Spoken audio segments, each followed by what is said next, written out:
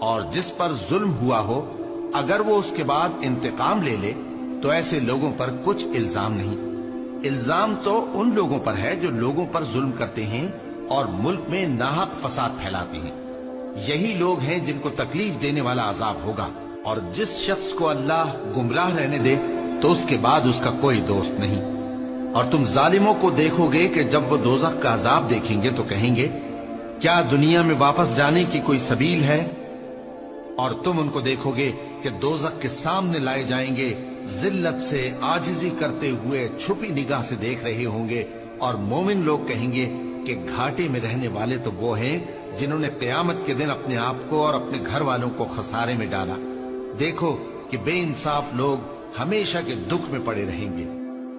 اے اہل اسلام، اب اللہ اور اس کے رسول کی طرف سے ان مشرکوں سے جن سے تم نے عہد کر رکھا تھا بیزاری اور جنگ کی تیاری ہے۔ سو مشرکو، تم زمین میں 4 مہینے چل پھر لو اور جان رکھو کہ تم اللہ کو عاجز نہ کر سکو گے، اور یہ بھی کہ اللہ کافروں کو رسوا کرنے والا ہے۔ اور حج اکبر کے دن اللہ اور اس کے رسول کی طرف سے لوگوں کو آگاہ کیا جاتا ہے کہ اللہ مشرکوں سے بیزار ہے اور اس کا رسول بھی۔ اب اگر تم توبہ کر لو تو تمہارے حق میں بہتر ہے، اور اگر نہ مانو تو جان رکھو کہ تم اللہ کو ہرا نہیں سکو گے۔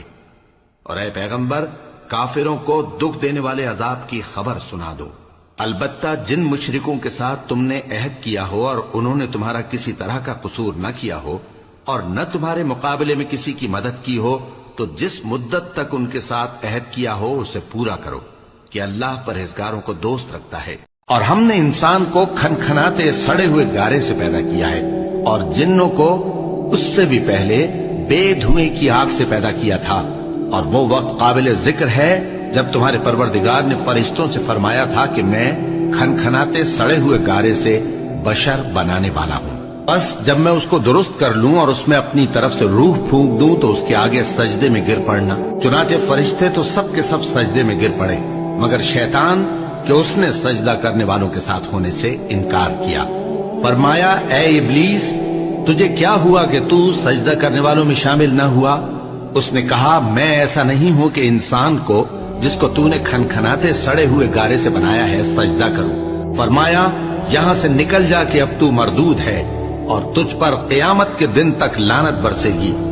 سب طرح کی تعریف اللہ ہی کے لیے ہے جو تمام مخلوقات کا پروردگار ہے، بڑا مہربان، نہایت رحم والا، انصاف کے دن کا حاکم۔ اے پروردگار، ہم تیری ہی عبادت کرتے ہیں اور تجھی سے مدد مانگتے ہیں۔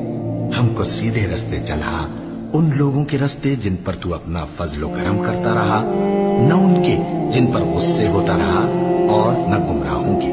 آمین۔